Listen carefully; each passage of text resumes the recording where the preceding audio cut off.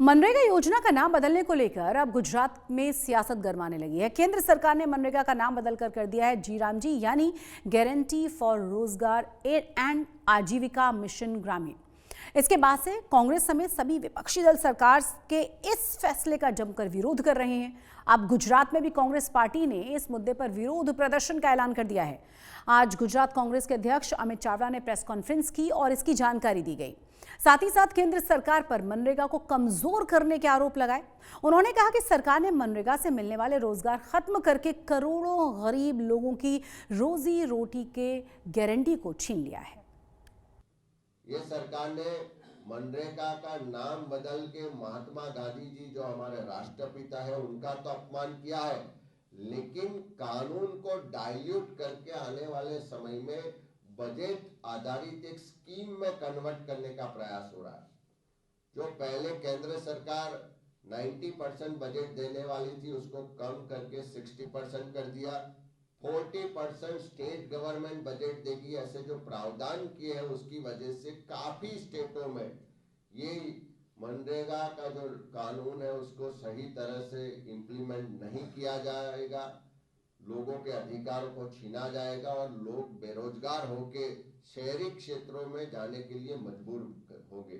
Bharatiya Janata party की सरकार 2014 से देश में शासन कर रही है। नरेंद्र भाई मोदी तीसरी बार प्रधानमंत्री बने। हर साल 2 करोड़ युवाओं को रोजगार देने की बात थी, लेकिन रोजगार तो किसी को नहीं मिला।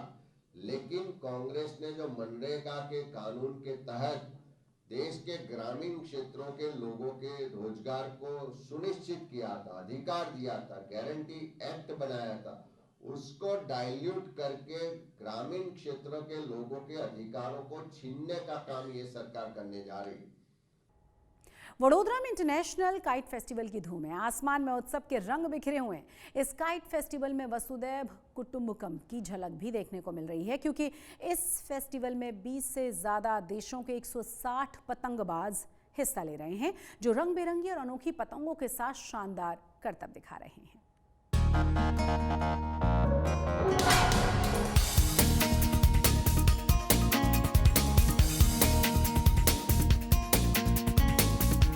ये वडोदरा में चल रहे इंटरनेशनल काइट फेस्टिवल की तस्वीरें हैं। आसमान में उत्सव के रंग बिखरे हैं। देश विदेश से आए पतंगबाज रंग बिरंगी और अनोखी पतंगों के साथ शानदार करतब दिखा रहे हैं। आकाश में अठखेलियां करती रंग बिरंगी पतंगें खुशियों का संदेश दूर दूर तक फैला रही हैं। वडोदरा में वसुदेव कुटुंबकम की झलक देखने को मिल रही है। We're here, of course, to celebrate with all of you this special kite flying event. Uttarayan is tomorrow, correct? And we have to show you all of the kites that we've been making from back home. Most of us, we have sewn our own kites back in our houses, and now they're ready to be shown. But we just need a little bit more wind, because most of us, we have made huge kites that require very strong wind, and today it's a bit weak, so we'll try our best with the smaller ones that we have. We come because India is incredible. You know, they say incredible India, and Gujarat Tourism with hospitality, they invite us every year, and we come to fly our kites with the beautiful people of India, and we share the joy and the happiness together. इस international kite festival में 20 से ज्यादा देशों और भारत के अलग अलग राज्यों से करीब 160 पतंगबाज हिस्सा ले रहे हैं। एक से बढ़कर एक इन पतंगों को देखने के लिए बड़ी संख्या में लोगों की भीड़ उमड़ रही है। इस काइट फेस्टिवल में ऑस्ट्रेलिया, यूके, ब्राजील, दक्षिण अफ्रीका, थाईलैंड समेत कई देशों के पतंगबाजों ने अनोखे डिजाइन और आकृतियों की पतंगें उड़ाकर दर्शकों को मंत्रमुग्ध कर दिया। आसमान में उड़ती रंगीन पतंगें लोगों के आकर्षण का केंद्र बनी हुई हैं। I love a lot of geometric shapes, so triangles, rectangular, 3D, and then we have a big 30-meter long Danish flag, which there's not enough wind today, but hopefully later we will be able to fly it. This is the first time I'm in Vadodara, and I really enjoy the hospitality here, and you have a great kite field. There is a little bit of wind, which is good enough for me. I enjoy the nice weather, and it's nice meeting the people here. Gujarat में मकर संक्रांति पर पतंग उड़ाने की सदियों पुरानी परंपरा है, लेकिन इस स्थानीय परंपरा को विश्व पटल पर लाने का श्रेय पीएम मोदी को जाता है। प्रधानमंत्री नरेंद्र मोदी जब गुजरात के मुख्यमंत्री थे, तब उन्होंने इस तरह के आयोजन का सपना देखा था। आज तक ब्यूरो।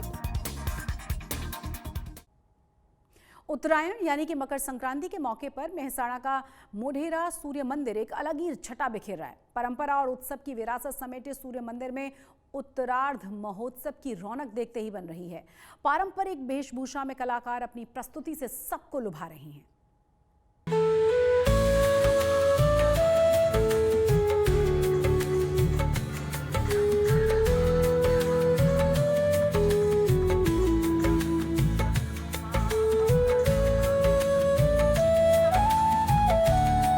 मेहसाणा जिले के मोढेरा के सूर्य मंदिर में उत्तरार्ध महोत्सव की धूम है।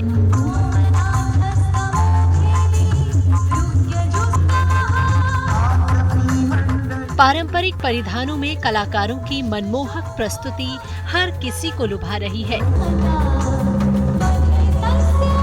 सूर्य के उत्तरायण होने पर यानी मकर संक्रांति के बाद मोढेरा सूर्य मंदिर में उत्तरार्ध महोत्सव हर साल मनाया जाता है।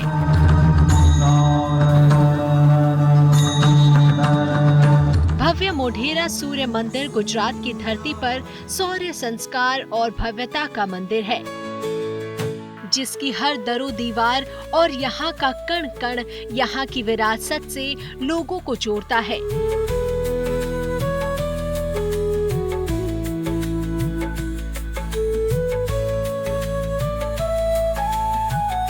सोलंकी युग के स्वर्णकाल की गवाही देता ये मंदिर सिर्फ ईंटों या पत्थर का निर्माण नहीं है, बल्कि खगोल शास्त्र और वास्तुकला का अद्भुत संगम है।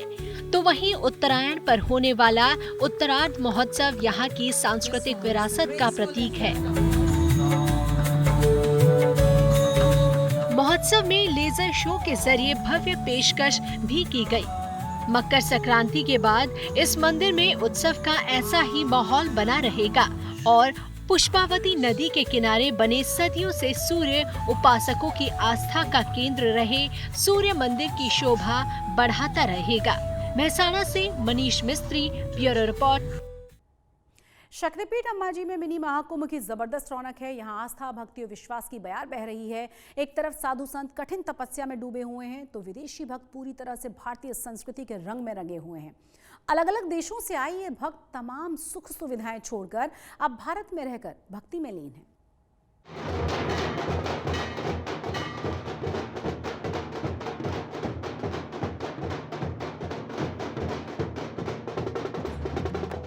अंबाजी शक्तिपीठ में सजा है आस्था का मिनी महाकुंभ। आस्था और संस्कृति की खुशबू से महक रहा है अंबाजी शक्तिपीठ।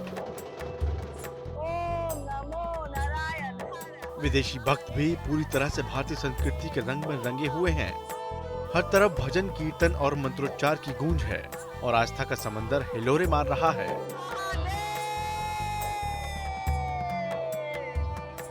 शक्तिपीठ अंबाजी में मिनी महाकुंभ चल रहा है। इस मेले का हर दृश्य अपने आप में खास है।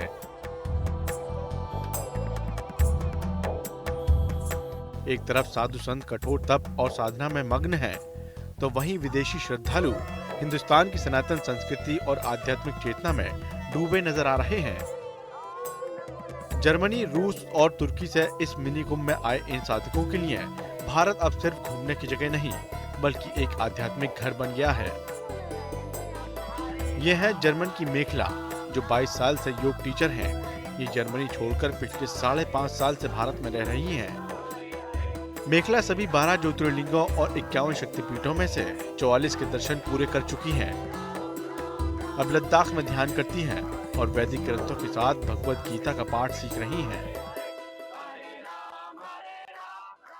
My Guruji gave me sannyas diksha and I left everything in Germany. I left material life for following sadhu life and Sanatan Dharma. My Guruji sent me to all Jyotirlingams. I did all Jyotirlingams more than one time.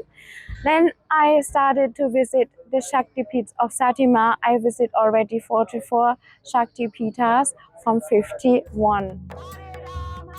तुर्की की भागीरथी पूरी, अब भागीरथी पूरी हो गई है। इन्होंने Turkish airlines में अपना 28 साल का शानदार करियर और अपना घर-बार सब छोड़ दिया। भागीरथी ने 1 साल पहले संन्यास लिया और अब शंभु पंच दशनाम आह्वान अखाड़ा की सदस्य हैं।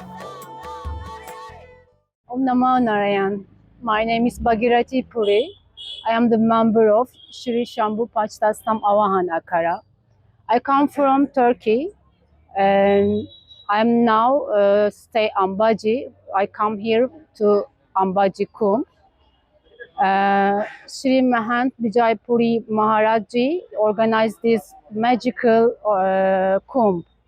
Please come here. You have 3 more days to join us. रूस के सरगई अब सुधाकर हैं। ये पायलट बाबा से दीक्षा लेने के बाद पिछले 3 साल से भारत में रह रहे हैं। Come to Ambaji, Gujarat. It's a festival Sadhu Mahamela. I come from Gokarna now. Usually I stay in South India, but for this special time, I come to special place, get this amazing atmosphere, and choice, enjoy every time. It's special emotion because many sadhus here, so much color, so much beautiful, anything. It's amazing experience for me. 11 जनवरी से शुरू हुआ ये मेला 15 जनवरी तक चलेगा। तब तक यहाँ हर दिन आस्था, संस्कृति और परंपरा का अद्भुत संगम देखने को मिलेगा। इस मेले में सबसे ज्यादा चर्चा विदेशी भक्तों की हो रही है, जिन्होंने अपने शानदार कॉर्पोरेट करियर और तमाम सुख सुविधाओं को छोड़कर संन्यास का रास्ता अपनाया है।